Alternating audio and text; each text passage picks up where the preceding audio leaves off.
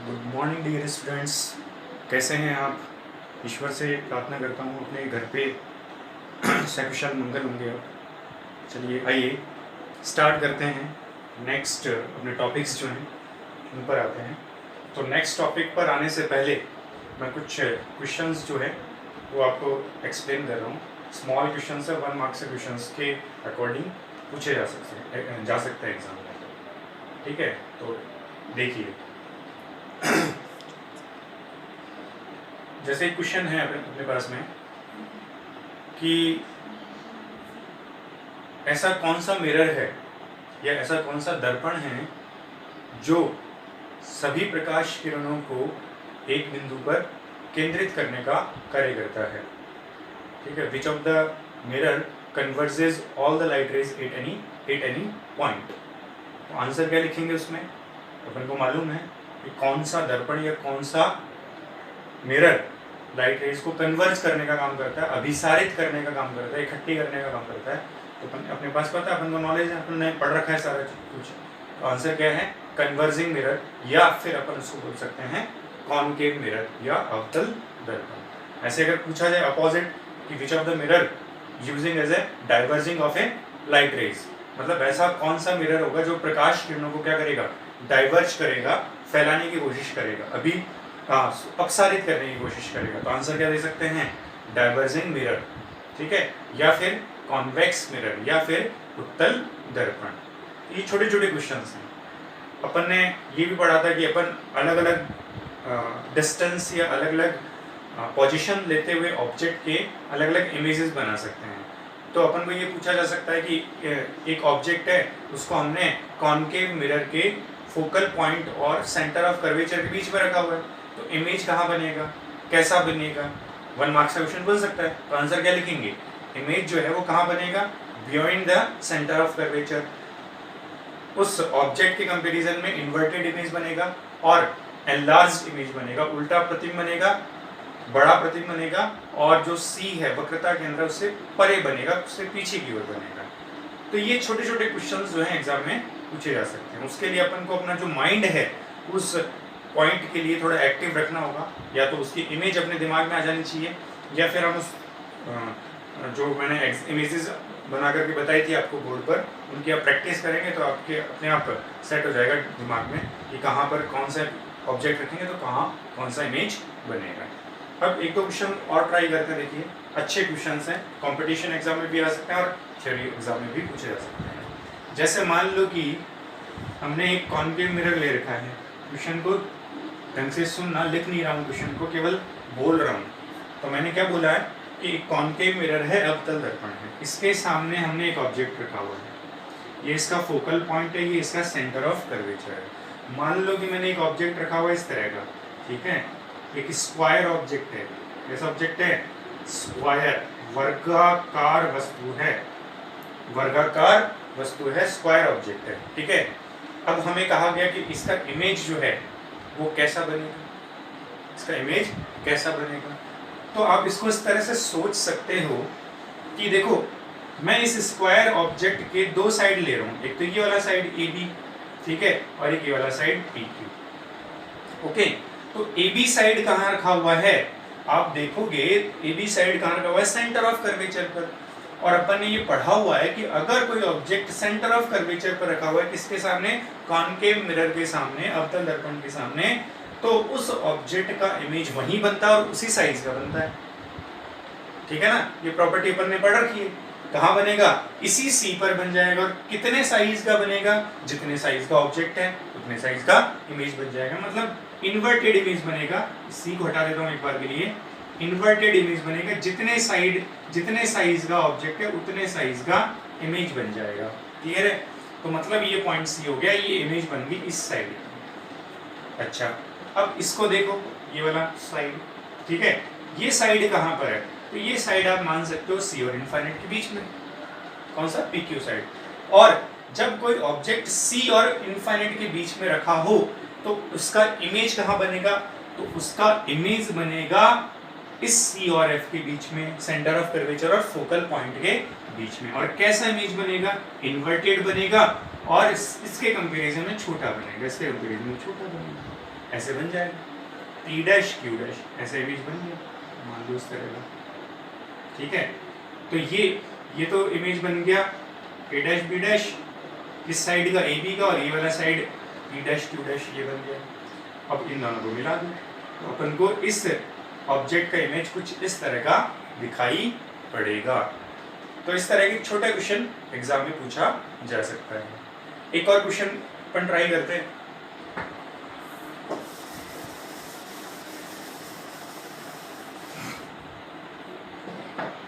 देखो क्वेश्चन क्या है,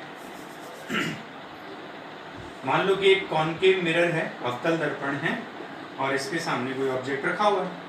ठीक है, इसका इमेज यहाँ बन गया, ये इमेज बन गया, इसका इन्वर्टेड इमेज बना। अब क्वेश्चन का क्या कहा गया है कि ये जो मिरर है, इस मिरर का आधा हिस्सा, नीचे वाला आधा हिस्सा ये वाला, ये आपने ब्लैक पॉलिश कर दिया इस पर, मतलब जो साइड रिफ्लेक्शन का काम करता है, परावर्तन का काम करता है, इस वाले साइड पर आपने क्या कर दिया, ब्लैक पॉलिश कर दिया, या एक ब्लैक पेपर लपेट दिया आपने। ठीक है, तो अब केवल मिरर का कौन सा हिस्सा रिफ्लेक्शन का काम कर पाएगा, ऊपर वाला आधा हिस्सा काम कर पाएगा, नीचे वाला आधा हिस्सा ढक दिया उसको अपन ने। ठीक है, तो अब ये पूछ रहा है कि ऑब्जेक्ट वहीं रखा हुआ है, तो ऑब्जेक्ट जो रखा हुआ है उसके अनुसार या उसके अकॉर्डिंग जो इमेज बनेगी, प्रतिबिंब बनेगा, उस पर क्या असर पड़ेगा, क्या प्रभाव पड़ेगा, क्या इफेक्ट पड़ेगा। तो आंसर है कि इसके आधे हिस्से को ढकने से क्या इसकी फोकल लेंथ में कोई चेंज आएगा, तो आंसर है नहीं है। क्यों नहीं आएगा, क्योंकि फोकल लेंथ का फॉर्मूला क्या पड़ा हुआ है, 1/v - 1/u। ऑब्जेक्ट जो है, जो फोकल लेंथ है वो किस पे डिपेंड करती है, v और u पे डिपेंड करती है। आ रही बात समझ में। या फिर एक फॉर्मूला अपन ये पढ़ा था, f = क्या होता है, r/2, रेडियस ऑफ कर्वेचर का हाफ। तो रेडियस तो उतनी रहेगी ना इस मिरर की, उसमें कोई चेंज नहीं आ रहा है, इसलिए रेडियस उतनी रहेगी, तो फोकल लेंथ में भी कोई चेंज नहीं आएगा। और अगर फोकल लेंथ में कोई चेंज नहीं आएगा, तो ऑब्जेक्ट की डिस्टेंस और इमेज की डिस्टेंस में भी कोई चेंज नहीं आएगा। ऑब्जेक्ट तो वहीं रखा हुआ है, इमेज भी वहीं बनेगा। ऐसा नहीं है कि इमेज दिखना बंद हो जाएगा, इमेज दिखेगा और वहीं दिखेगा जहां पहले बन रहा था। मतलब f में कोई चेंज नहीं किया, u में कोई चेंज नहीं किया, तो v में भी कोई चेंज नहीं आएगा। जितना v पहले था उतना ही ढकने के बाद भी रहेगा, तो इमेज की पोजीशन में कोई चेंज नहीं आएगा। लेकिन इंपॉर्टेंट पॉइंट क्या है, मैंने आपको पहले भी कहा था कि जो इमेज बनेगी उसकी इंटेंसिटी में चेंज आ जाएगा। मैंने कहा था कि जो लाइट की इंटेंसिटी वो अपर्चर पर डिपेंड करती है। अपर्चर मतलब ये जो उसका हिस्सा है जिससे लाइट रेज रिफ्लेक्ट होती है, ये हिस्सा अपर्चर का काम करता है, द्वारक का काम करता है। तो ये जो द्वारक है इसका आधा हिस्सा तो अपने ढक दिया और आधा हिस्सा बचा हुआ है, तो जो इंटेंसिटी है वो इस अपर्चर पर डिपेंड कर रही है। तो अपर्चर कितना हो गया, हाफ हो गया, तो इंटेंसिटी भी चेंज हो जाएगा। तो जो इमेज बनेगी उसकी पोजीशन में कोई चेंज नहीं आएगा, उसकी जो इंटेंसिटी है वो चेंज हो जाएगी। एक छोटा सा कैलकुलेशन करके बताता हूँ, हालांकि उतना डीप में पूछा नहीं जाता है, तो भी बता देता हूँ नॉलेज के लिए कि जैसे मैं कह रहा हूँ कि इस जो मिरर है इसका जो डायामीटर है अपर्चर के अकॉर्डिंग, वो डायामीटर कितना है, d है। ठीक है, तो इसका जो एरिया होगा अपर्चर के अकॉर्डिंग, जो एरिया आएगा बिफोर कवरिंग, मतलब ढकने से पहले, वो कितना था, एरिया πr² होगा। और πr² को आप कैसे लिख सकते हो, d/2 का होल स्क्वायर, क्योंकि r क्या होगा, रेडियस क्या होता है, डायमीटर का हाफ होता है, d/2, तो इसका मतलब कितना जाएगा, πd²/4 आ जाएगा। ठीक है, ये एरिया आ गया पहले, ढकने से पहले। अब वो क्या कह रहा है कि एरिया ढक दिया, इसका आधा हिस्सा ढक दिया ना, आधा हिस्सा ढक दिया तो रेडियस जो है वो भी हाफ हो जाएगी। हाफ हो जाएगी तो आप क्या लिखोगे, πd/4 का होल स्क्वायर। d/2 पहले था, अब हाफ कर दिया, तो d/2 का हाफ करोगे तो कितना आएगा, d/4। तो d/4 का होल स्क्वायर करोगे तो कितना आएगा, πd²/16 आ जाएगा, πd²/16 आ जाएगा। ओके, तो ये एरिया ढकने के बाद आ रहा है, सॉरी ये एरिया आ गया अपने पास, कवरिंग एरिया। तो बचा कितना, तो बचा कितना उसको अपन ऐसे निकाल सकते हैं, a - a', ये बचने वाला एरिया जिससे रिफ्लेक्शन होगा, मतलब ये वाला एरिया आ जाएगा अपने पास में। तो उसको अपन कैसे निकालेंगे, तो πd²/4 में से πd²/16 को क्या करोगे, सब्ट्रैक्ट करोगे, घटा दोगे। तो घटाओगे तो कितना आएगा, πd²/4 कॉमन आ जाएगा, ये पाई डी स्क्वायर बाय 4 कॉमन आ गया, तो यहाँ पे बचेगा 1 और यहाँ पे बचेगा -1/4। तो 1 में से -1/4 करोगे तो कितना आएगा, 3/4 आ जाएगा। ठीक है, तो जो एरिया आ जाएगा, रिमेनिंग एरिया, बचा हुआ एरिया जो आएगा वो जाएगा पाई डी स्क्वायर बाय 16। कितना जाएगा, 3 पाई डी स्क्वायर बाय 16। 3/4 आएगा ना, 3/4 को मल्टीप्लाई कराओगे तो 4 ऑलरेडी है, 4 नीचे आएगा, 16 मल्टीप्लाई में जाएगा, तो a डबल डैश कितना हो जाएगा, 3 पाई डी स्क्वायर बाय 16। ये रिमेनिंग एरिया आ गया अपने पास में। ठीक है, तो इंटेंसिटी कितनी हो जाएगी, तो इंटेंसिटी जो है वो एरिया पे डिपेंड कर रही है। तो पहले इंटेंसिटी आई थी जिसको अपन ऐसे लिख रहे हैं पाई डी स्क्वायर बाय 4। अब इंटेंसिटी कितनी हो गई, पाई डबल डैश हो गई ये वाली, तो एरिया कितना हो गया, 3 पाई डी स्क्वायर बाय 16। इसको सॉल्व करोगे तो कितना आएगा, ये ऊपर चला जाएगा पाई डी स्क्वायर बाय 4 और मल्टीप्लाई 16 अपॉन में 3 पाई डी स्क्वायर। ठीक है, तो पाई डी स्क्वायर कैंसिल हो जाएगा, तो आंसर क्या आएगा, 4/3। तो इंटेंसिटी कितनी हो जाएगी, 4/3 हो जाएगी। तो जो इमेज बनेगा वो इमेज तो वही बनेगा, v में कोई चेंज नहीं आ रहा, फोकल लेंथ में कोई चेंज नहीं आ रहा, इसलिए इमेज की पोजीशन में कोई चेंज नहीं आएगा। हाँ, इस इमेज की जो इंटेंसिटी है, इस प्रतिबिंब की जो तीव्रता है वो कितनी हो जाएगी, 4/3 हो जाएगी, चेंज हो जाएगी इंटेंसिटी। तो ये चीज़ अपन देख सकते हैं, तो ये छोटा सा क्वेश्चन बन सकता है एग्जाम में। अब हम जो कल पढ़ रहे थे उसी टॉपिक पर वापस आते हैं। चलिए आते हैं अपने नेक्स्ट टॉपिक पर जो अपन ने कल किया था, उसी के आगे बढ़ रहे हैं। तो कल अपन ने लॉज ऑफ रिफ्लेक्शन पढ़े थे, सॉरी रिफ्रैक्शन पढ़े थे, अपवर्तन के नियम पढ़े थे, जिसमें से अपन ने स्नेल्स का लॉ पढ़ा था। उसी स्नेल्स लॉ पर एक एप्लीकेशन मैंने यहाँ बताई है, उसके अकॉर्डिंग फॉर्मूला अपन ने डिराइव किया हुआ है। तो एप्लीकेशन क्या है, प्रिंसिपल ऑफ रिवर्सिबिलिटी या उत्क्रमणीयता का सिद्धांत। जब मैंने ऑप्टिक्स के फर्स्ट क्लास ली थी उसमें ये मैंने प्रिंसिपल समझाया था। ठीक है, उसी का यूज कर रहे हैं रिफ्रैक्शन के अंदर, अपवर्तन के अंदर। तो प्रिंसिपल क्या था, एक बार रिपीट कर देता हूं मैं, कि जो लाइट रे जिस पाथ पर ट्रेवल कर रही है, चल रही है, उस पाथ को अगेन क्या कर सकती है, रिट्रेस कर सकती है। जिस पथ पर प्रकाश किरण चल रही है उसी पथ का पुनः अनुसरण कर सकती है। कैसे कर सकती है, देखिए मैंने आपको मिरर का एग्जांपल दिया था कि ये लाइट रे आ रही है नॉर्मल के अलाउंग, ये प्लेन मिरर है, समतल दर्पण रखा हुआ है, समतल दर्पण पर अभिलंबवत आपतित हो रही है। तो जैसे ही आपतित होगी परावर्तन होगा, रिफ्लेक्शन होगा, रिफ्लेक्शन होकर के उसी पाथ पर वापस से रिट्रेस हो जाएगी या अपने पथ का अनुसरण कर लेगी। तो ये प्रिंसिपल ऑफ रिवर्सिबिलिटी है, उत्क्रमणीयता का सिद्धांत है।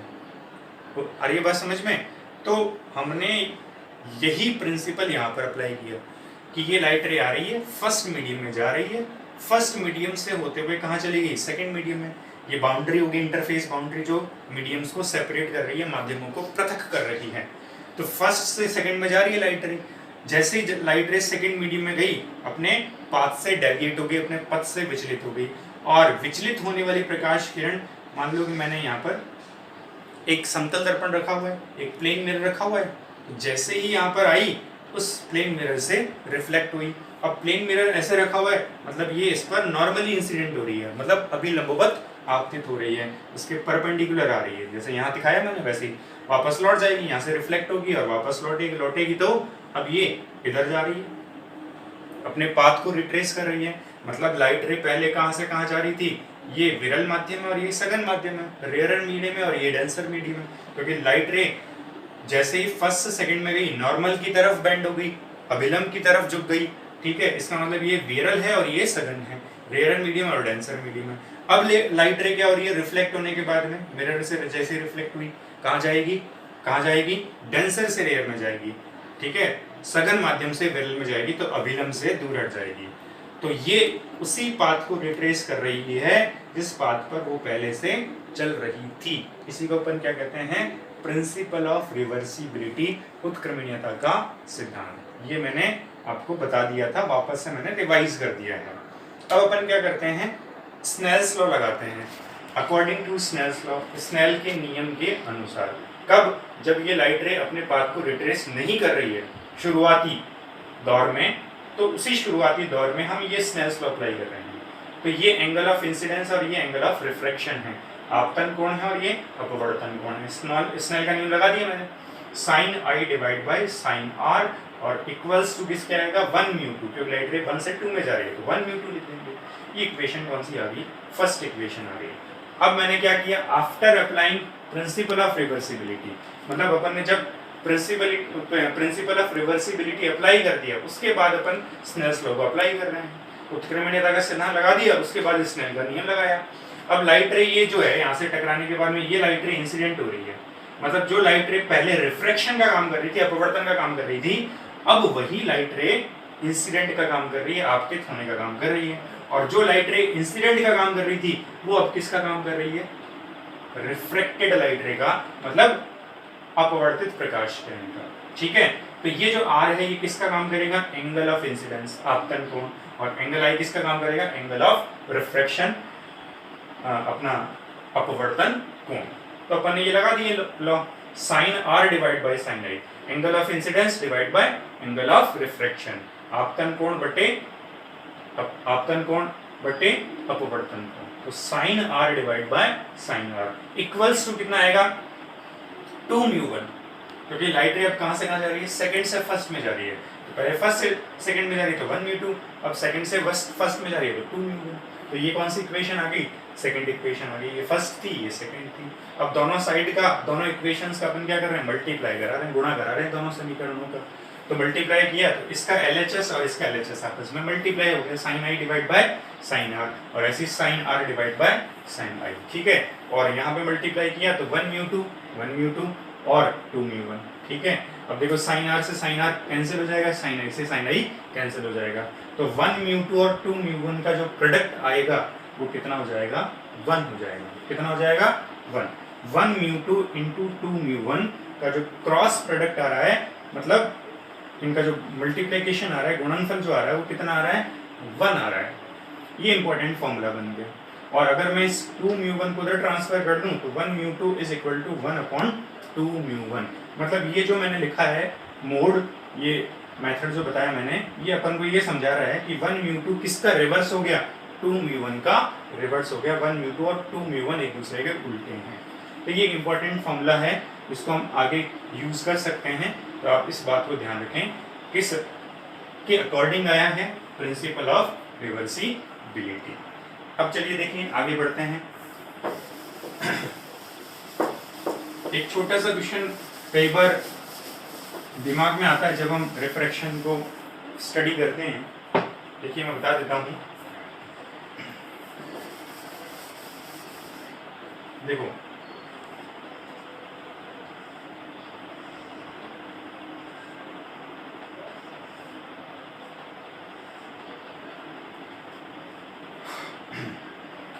मैंने कहा कि एक लाइट रे नॉर्मल की अलोंग इंसिडेंट हो रही है।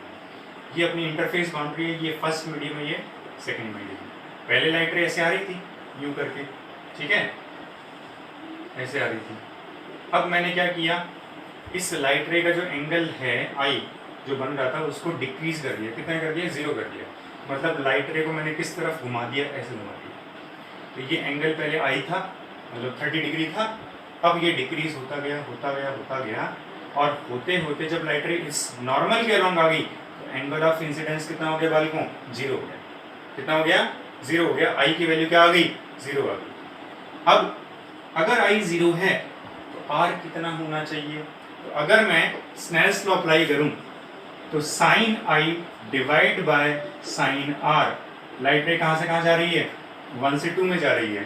ठीक है, तो मैंने कहा, क्या कहा आपसे कि साइन आई कितना है, आई कितना हो गया, 0 हो गया जब लाइट रे नॉर्मल के अलोंग आ रही है। ठीक है, इसको मैं क्या लिख सकता हूँ, μ2 बाय μ1 लिख सकता हूँ। तो sine i is equal to μ2 sine r, और μ1 किसके मल्टीप्लाई में आएगा, साइन आई के। इसको इधर भेज दिया मैंने और इसको इधर मल्टीप्लाई करा दिया। ये आ रही है बात समझ में, μ1 साइन आई और इक्वल्स टू μ2 साइन आर। अब मैंने क्या कहा, आई कितना है, 0 है, तो μ1 sine 0 is equal to μ2 sine r. अब साइन 0 की वैल्यू क्या होती है, 0 होती है। 0 का मल्टीप्लाई कर रहोगे μ1 से तो μ1 मल्टीप्लाई होकर के 0 बन जाएगा। म्यू टू साइन आर किसके इक्वल आ गया, mu two sine r equal आ गया 0 के। ठीक है, अब म्यू टू तो 0 हो नहीं सकता, ये दो प्रोडक्ट हैं म्यू टू और साइन आर का, तो म्यू टू की वैल्यू जो है वो 0 नहीं हो सकती है। ठीक है, तो म्यू टू अगर 0 नहीं होगा तो साइन आर क्या होगा, 0 होगा। साइन आर की वैल्यू क्या होगी, 0। और अगर साइन आर की वैल्यू 0 होगी तो आर कितना हो जाएगा, 0। मतलब आर कितना होना चाहिए, 0। तो ये लाइट रे जिस नॉर्मल के अराउंड आ रही है सेकंड मीडियम में जाएगी तब भी नॉर्मल के अराउंड ही चलेगी। मतलब ये लाइट रे जो यहाँ आनी चाहिए थी वो यहाँ पर ना करके उसी नॉर्मल के अराउंड आ जाएगी। जो ये एंगल आर बनना चाहिए वो आर कितना हो जाएगा, 0। ये लाइट रे किधर रोटेट हो जाएगी, नॉर्मल की तरफ रोटेट हो जाएगी, अभिलंब की तरफ आ जाएगी। इट मीन्स मैं ये कहना चाह रहा हूँ कि अगर कोई लाइट रे फर्स्ट मीडियम से सेकंड मीडियम में जा रही है और नॉर्मल के अराउंड जा रही है, अभिलंब की तरफ जा रही है, तो अभिलंब की तरफ चलने वाली प्रकाश किरण अभिलंब की तरफ ही जाएगी, वो इधर उधर नहीं मुड़ेगी। उस केस में आई भी 0 होगा और आर भी क्या होगा, 0 होगा। ये इंपॉर्टेंट पॉइंट है, ये चीज ध्यान रखनी। ठीक है, अब हम आगे स्टडी करते हैं, आगे वाले पॉइंट्स पर आते हैं। देखो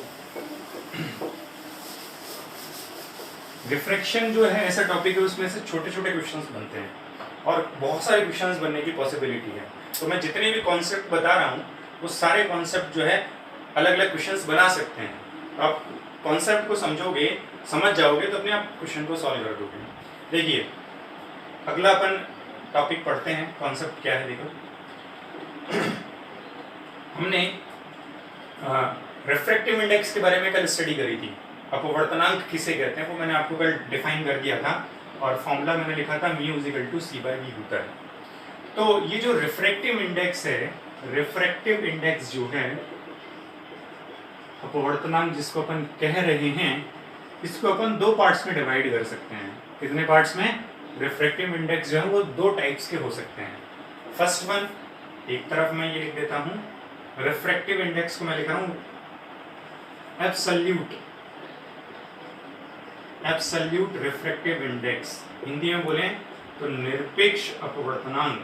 क्या बोलेंगे, निरपेक्ष अपवर्तनांक। और सेकंड वन क्या होगा भाई, सेकंड वन होगा relative refractive index. Relative refractive index Hindi में बोलेंगे तो सापेक्ष अपवर्तनांक। सापेक्ष या इसको आपेक्षिक भी बोल सकते हैं, अपवर्तनांक।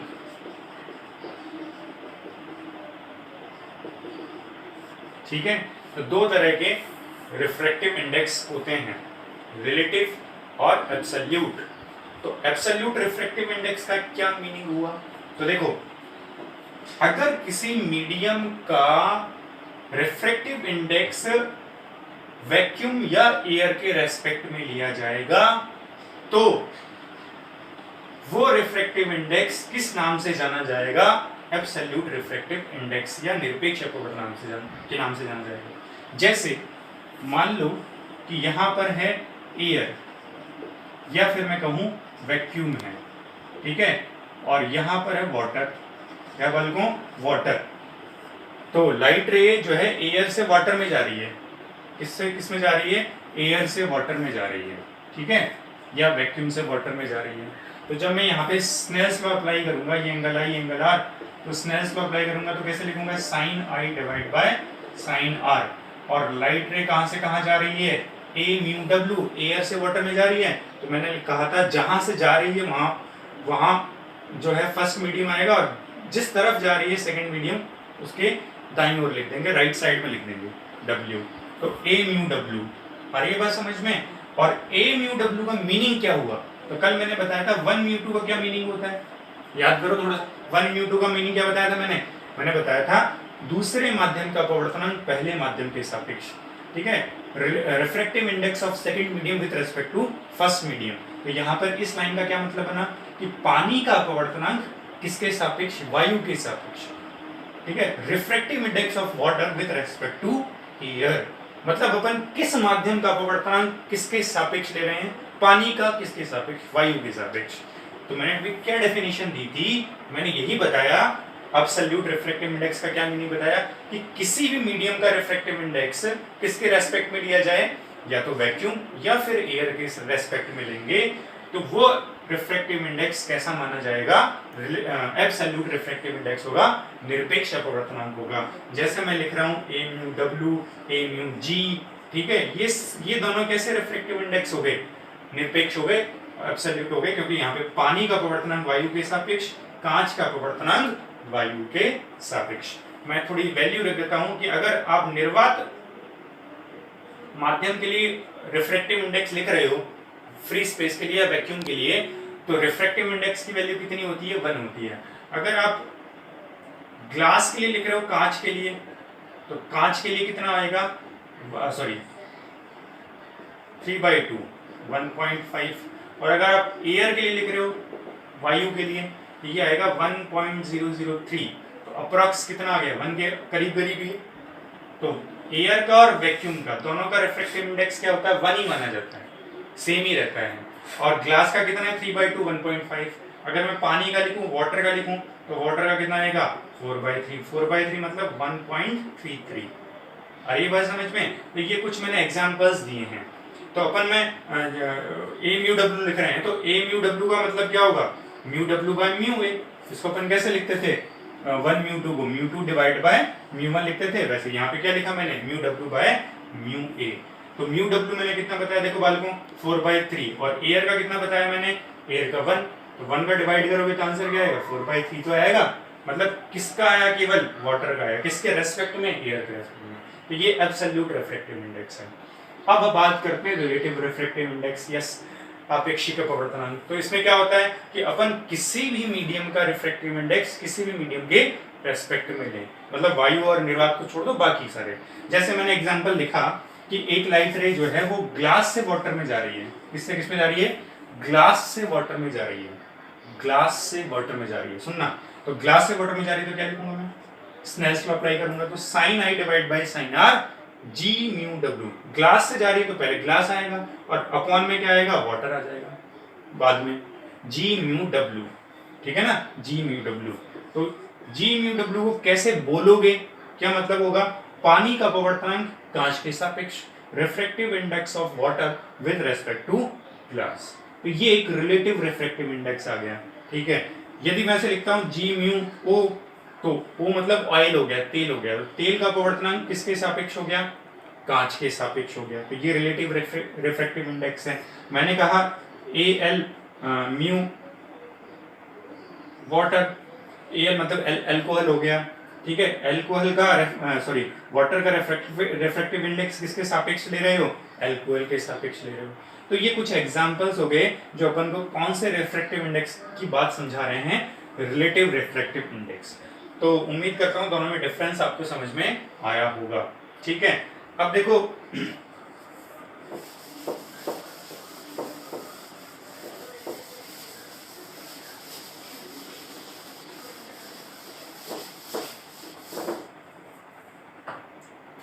रिफ्रैक्टिव इंडेक्स के बाद में उसी रिफ्रैक्टिव इंडेक्स के बेसिस पे अपन वेवलेंथ के बारे में बातचीत कर सकते हैं। मतलब अगर मैं डिफरेंसेस करूं किस किस के बीच में, परावर्तन और अपवर्तन के बीच में, ठीक है, परावर्तन और अपवर्तन। एक तरफ मैंने लिखा रिफ्लेक्शन और एक तरफ मैंने लिखा रिफ्रैक्शन, ठीक है, रिफ्लेक्शन एंड रिफ्रैक्शन। तो अगर मैं बात करूं रिफ्रैक्शन में, तो मीडियम चेंज होता है क्या, तो आंसर है नहीं होता। रिफ्रैक्शन जब होता है, रिफ्लेक्शन जब होता है, परावर्तन होता है, तो मीडियम नहीं चेंज होता है। लेकिन जब अपवर्तन होता है तो लाइट रे फर्स्ट मीडियम से सेकंड मीडियम में जाती है, तो इसमें माध्यम परिवर्तित होता है। सेकंड क्या है, वेलोसिटी।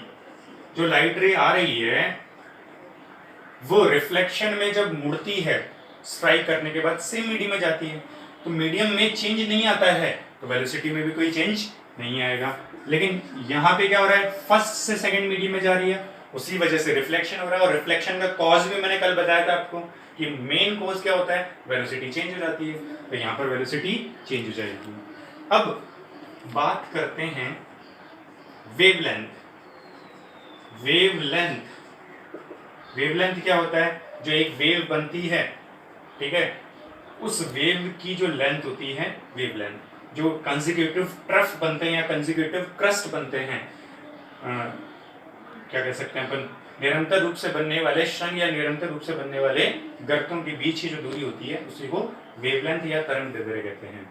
अगर वेलोसिटी चेंज हो रही है तो वेवलेंथ भी चेंज होगी, अगर वेलोसिटी चेंज नहीं हो रही है तो वेवलेंथ चेंज नहीं होगी, मतलब वेवलेंथ में कोई चेंज नहीं आएगा क्योंकि इसमें वेलोसिटी चेंज नहीं हो रही है, मीडियम चेंज नहीं हो रहा है। लेकिन यहाँ पर क्या होगा, वेवलेंथ चेंज हो जाएगी।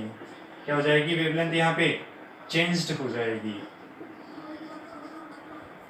बात करता हूं नेक्स्ट क्वांटिटी की, फ्रीक्वेंसी। फ्रीक्वेंसी मतलब आवर्ती, तो आवर्ती में यहाँ पे कोई चेंज नहीं आएगा और यहाँ पर भी कोई चेंज नहीं आएगा, नो चेंज।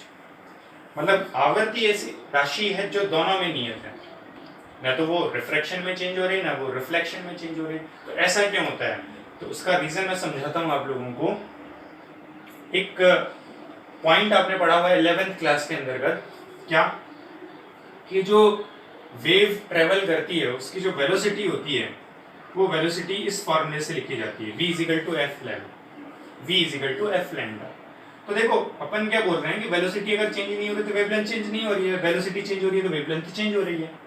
इसका मतलब वेलोसिटी और वेवलेंथ का रिलेशन कैसा है, प्रोपोर्शनलिटी का। मतलब वेलोसिटी और वेवलेंथ क्या होना चाहिए, प्रोपोर्शनल होना चाहिए।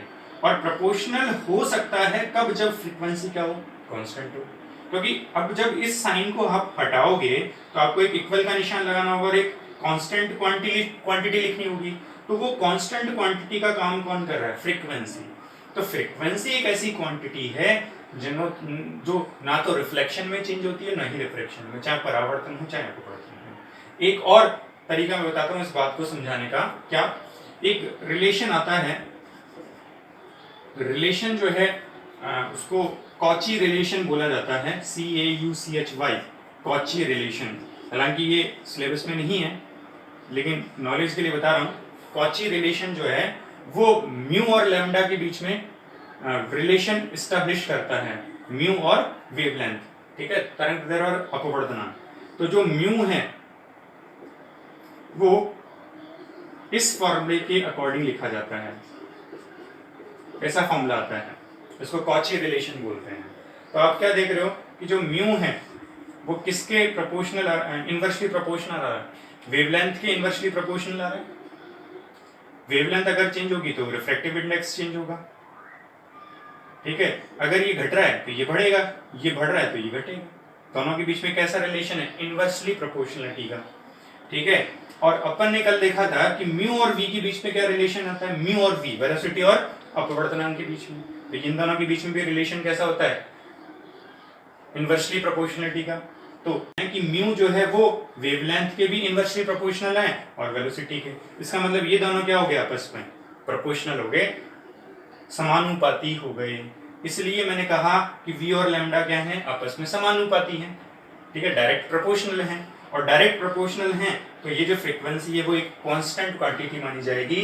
तो फ्रीक्वेंसी ना तो रिफ्लेक्शन में चेंज होगी और ना ही रिफ्रैक्शन में चेंज होगी। तो उम्मीद करता हूँ बात समझ में आई होगी।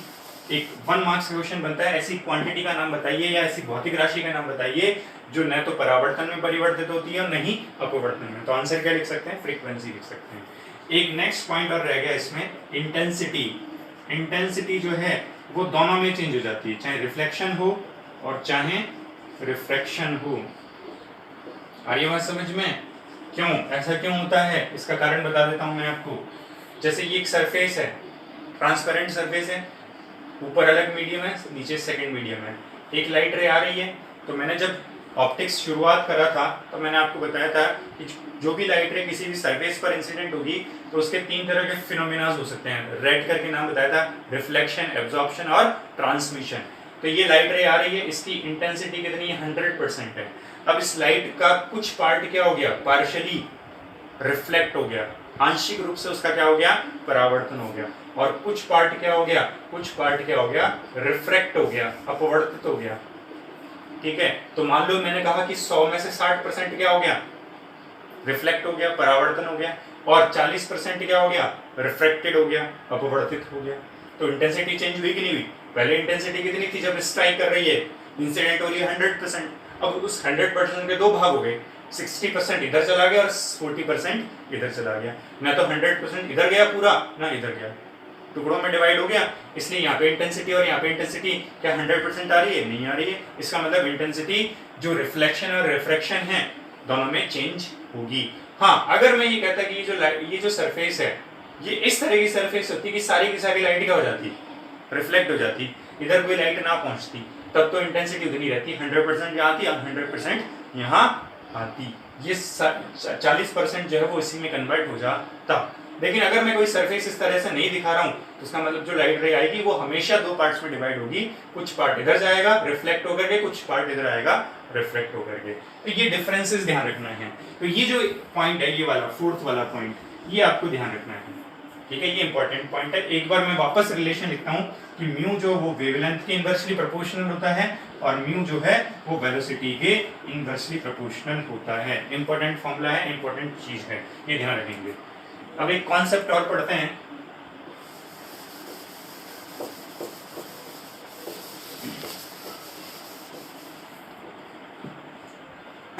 अपन ने विजिबल लाइट स्पेक्ट्रम लिखा था शुरुआत में। मैंने कहा था कि लाइट क्या होता है, विजिबल लाइट स्पेक्ट्रम होता है, विजिबल लाइट स्पेक्ट्रम, जिसको व्हाइट लाइट बोल सकते हैं अपन। इसमें अपन स्पेक्ट्रम को इस तरह से लिखते हैं, VIBGYOR, विबग्योर, ऐसा लिखते हैं, ठीक है। Red colour, orange colour, yellow colour, green है, ब्लू है, इंडिगो और वायलेट है, ठीक है। तो ये मैंने लिखा हुआ है विजिबल लाइट स्पेक्ट्रम। जब आप स्पेक्ट्रम के बारे में स्टडी करते हैं तो हम पढ़ते हैं कि जो वेवलेंथ है रेड कलर की वो सबसे ज्यादा होती है, और ये कितनी होती है, अगर मैं पूरा राउंड फिगर में लिखूं तो 8000, कितना होता है, 8000 एंगस्ट्रॉम होता है। और अगर इसकी बात करूं वेवलेंथ तो इसकी सबसे कम होती है, कितनी होती है, राउंड फिगर में लिखूं तो 4000 एंगस्ट्रॉम। तो रेड कलर की वेवलेंथ सबसे ज्यादा, वॉयलेट की सबसे कम। अभी मैंने क्या रिलेशन बताया कि वेवलेंथ और वेलोसिटी दोनों प्रोपोर्शनल होंगे क्योंकि फ्रीक्वेंसी क्या है, कांस्टेंट है। इसका मतलब इसकी वेवलेंथ ज्यादा है तो उसकी वेलोसिटी भी क्या होगी, ज्यादा होगी। और अगर इसकी वेवलेंथ सबसे कम है तो उसकी वेलोसिटी क्या होगी, सबसे कम होगी, ठीक है।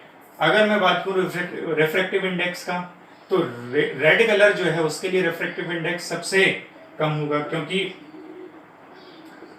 रिलेशन कैसा बताया था मैंने, इनवर्सली प्रोपोर्शनलिटी का। जहां वेलोसिटी ज्यादा होगी वहां पर रिफ्रैक्टिव इंडेक्स क्या होगा, कम होगा। तो यहाँ पर रिफ्रैक्टिव इंडेक्स क्या होगा, कम होगा, और यहाँ पे रिफ्रैक्टिव इंडेक्स क्या होगा, सबसे ज्यादा होगा। तो इसका मतलब जब रेड लाइट किसी मीडियम में ट्रेवल करेगी तो उसकी वेलोसिटी सबसे ज्यादा होगी और वायलेट की वेलोसिटी सबसे कम होगी। तो तेजी से कौन चलेगी, कौन सी लाइट चलेगी, रेड कलर वाली, और सबसे धीमे कौन चलेगी, वायलेट वाली, बैंगनी वाली। क्यों चलेगी उसका रीजन मैंने समझा दिया। रेड कलर के लिए रिफ्रैक्टिव इंडेक्स या अपवर्तनांक सबसे कम होता है और वायलेट के लिए सबसे ज्यादा होता है। तो ये एक नंबर का क्वेश्चन पूछा जाता है, 1 मार्क सॉल्यूशन बन सकता है। विजिबल लाइट स्पेक्ट्रम के बारे में ये बात हो गई। तो आज जो मैंने पढ़ाया है उसको समझें, कॉन्सेप्ट को समझें, क्वेश्चंस जो बनते हैं उनको अपनी बुक्स वगैरह में ट्राई करें और मेरे साथ टेक्निक के साथ लर्न कीजिए, पढ़ते रहिए, घर पे रहिए, सुरक्षित रहिए। धन्यवाद।